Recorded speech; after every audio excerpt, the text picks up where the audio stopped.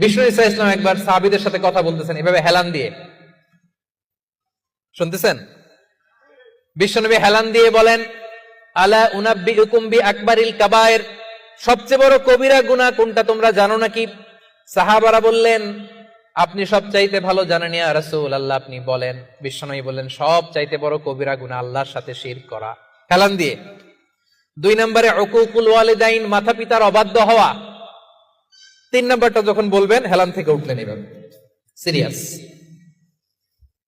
3টা কবিরা গুনাহ তোমাদের বলবো না, বলেন। 2টা বলছে হেলান দিয়ে, একটা হচ্ছে আল্লাহর সাথে শিরক করা, 2 নাম্বার হচ্ছে মাতা পিতার অবাধ্য হওয়া। 3 নাম্বারটা যখন বলবেন, ওয়াকানা মুত্তাকিয়ান, তিনি হেলান দেওয়া ছিলেন, ফাজালাসা, সিরিয়াস হয়ে বসলেন। এরপরে বললেন, আলা ওয়া কওলু যুর, আলা ওয়া শাহাদাতু যুর, সাবধান, মিথ্যা বলো না, মিথ্যা সাক্ষী দিও না, মিথ্যা সাক্ষী দিও না, মিথ্যা সাক্ষী দিও না। বিষ্ণুবী বলতেই লাগলেন, কতবার যে বলছেন তার কোনো হিসাব নাই। কোন সুবহানাল্লাহ। সিরিয়াস, খুবই সিরিয়াস।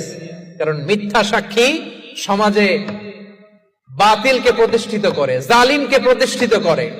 মিথ্যা সাক্ষী সমাজে অন্যায়কে প্রতিষ্ঠিত করে। চিল্লায় বলেন ঠিক কিনা?